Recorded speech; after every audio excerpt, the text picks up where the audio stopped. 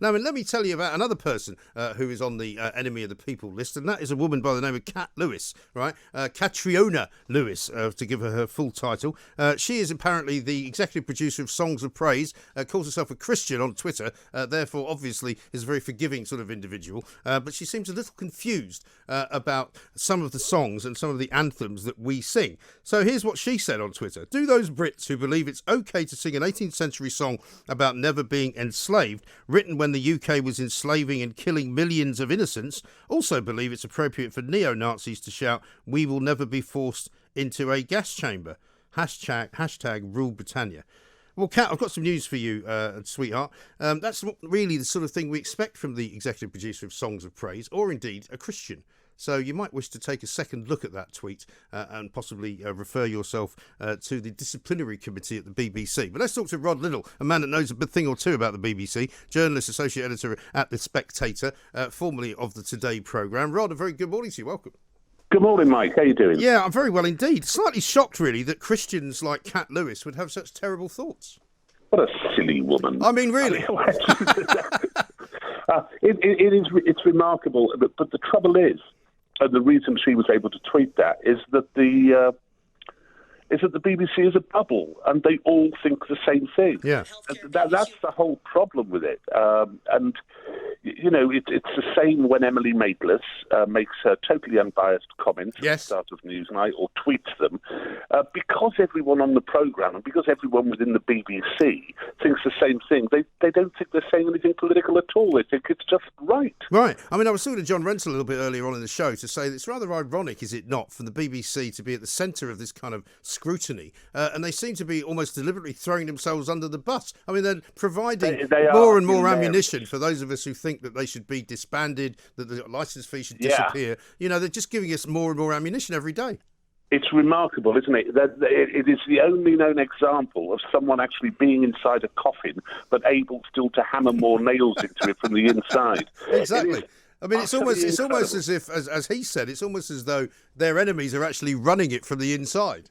Yes, that's right, yes. But again, it is the bubble. They simply don't understand that the rest of the country doesn't agree with them. It doesn't matter that Vera Lynn gets them number one in the charts with, any anthem particularly that would be sung at the proms. Right. They don't notice it. They pay it no attention because everyone within that organisation agrees with each other about all these woke issues, whether they be singing anthems, whether it be Black Lives Matter, whatever it is, they all agree. And they seem oblivious as well to the bulk of the population, who I call the silent majority, who are basically the people that you and I kind of address on a regular basis, although we hope to address some people who don't necessarily agree with us, because we don't mind having an audience of people that doesn't agree with us. They seem to hate it, you know? No, they do.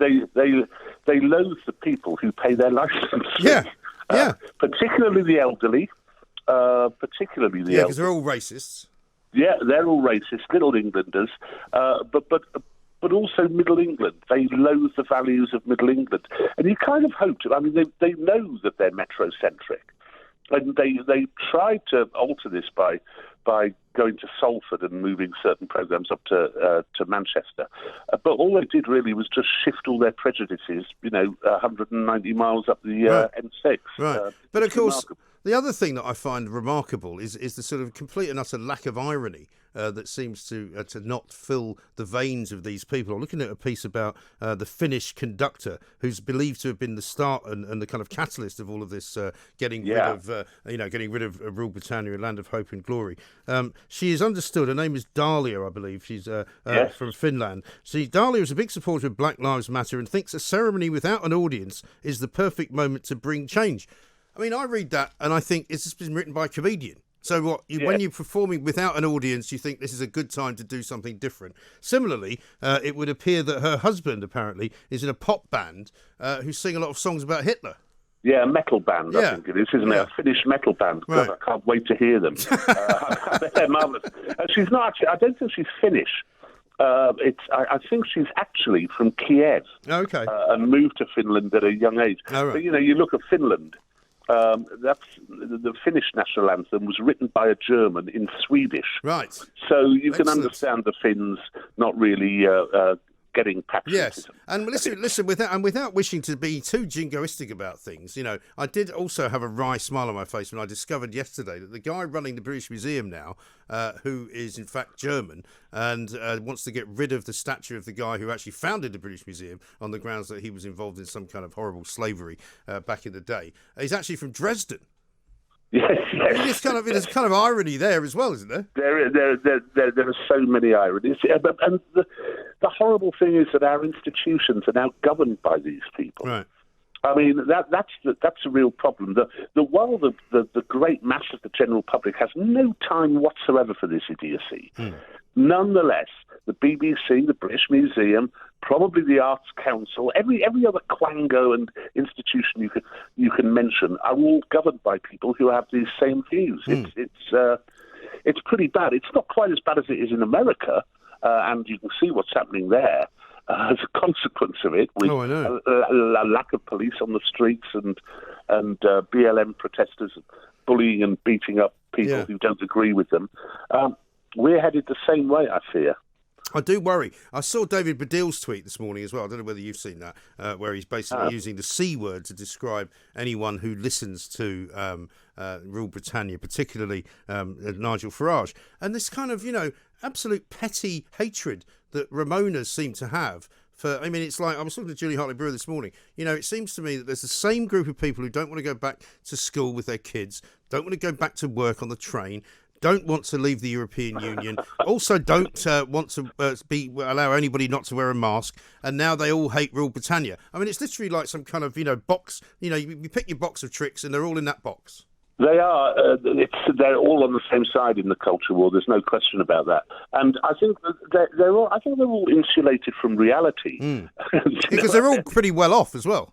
They're all pretty well off. Yeah, it's the affluent liberal whiteys. Yeah. Particularly in London, but also to a degree in Bristol and the centre of our major cities, who are very well paid, and I suppose, because they don't have anything really impinging upon their lives, feel the need to sort of invoke some kind of victimhood for themselves, which is what they do. They drive me up the wall, Mike. I know. But I suppose on the plus side, the good news for me and you is that your probably readership's going up. Our listenership is certainly going up because there's so many people, the vast majority of people in this country, who are sick to death of it. No, absolutely. And you need a conduit for people to hear some of the views which they might sometimes agree with, not all the time, but some of the time. But it's everywhere. When I come down of a morning and switch on my laptop, the first thing I'm faced with is the Microsoft News channel. Yes. Which is all stories from The Guardian. It's and it makes me want to smash the computer. Oh, I know. I read The Guardian, but I just like a variation. Yes. Yeah, I mean, and when did it become so ridiculously polarised where people who read The Guardian just literally don't read anything else? No, that's exactly right. I had to give a talk to some people who wanted to be journalists. Yeah. And the thing they asked was, what should we do? And I said, if you're on the left, read the Daily Telegraph and the Daily Mail every day. Not simply because you want to know what your enemy's thinking, but because you might change your mind. Yes. And similarly, if you're on the right, read The Guardian and The Canary. Yeah. Open yourselves up to different opinions. Exactly right. But they can't do that, mate. Although, to be honest, under Geordie Greig, I'm not sure the Daily Mail is in any way, shape or form right-wing anymore. I mean, this is it's not. This is the same organisation. They've got all remaining. And also, I was laughing this morning because they've got Harry Maguire on the front page of The Guardian this morning, and I thought they might have to do a little breakout explaining that he was a footballer, because I can't imagine anyone who reads The Guardian normally would have a clue who he is. No, they don't like footballers unless they're competing in the African Cup of Nations. Yes, and then they really, really like them. Well, I was going to say, if Harry Maguire was found guilty of aggravated assault and he wasn't white, I wonder whether they'd have put him on the front. Well, no, exactly. That's exactly right. It's a business. The inside they can use a picture of him in an England shirt and somehow turn it into a political story. But I think we've just lost your line there, Rod. Thanks very much indeed. Rod Liddle from The Spectator there, of course, columnist as well in the Sunday Times. Always look forward to reading him in The Sun as well. A man who knows a thing or two also about the BBC. But as he says, at what point did we become so polarised? I mean, I read pretty much everything there is to read in terms of news because that's my job. But, you know, I wouldn't probably do that if I didn't have to. But it really does behoove you to read stuff that you don't agree with, in the same way that it behooves you to listen to things that you don't necessarily agree with. I mean, I would love it if I had more people ringing in to disagree with me. I wouldn't have a problem with that, because I would see that as a challenge to convince people who are not in agreement with me that at the end of the conversation would be in agreement with me. I mean, I had a conversation on Dan Wootton's show the other week with a woman from the sort of anti-plastic lobby who was trying to convince everyone that they should have paper bags instead of plastic bags in supermarkets. And we actually found a common point of agreement when I said to her, there's not much point in having a paper bag to take home everything which is wrapped in plastic. What's the point of that? And she actually agreed with me. Now that I call progress. This is Talk Radio.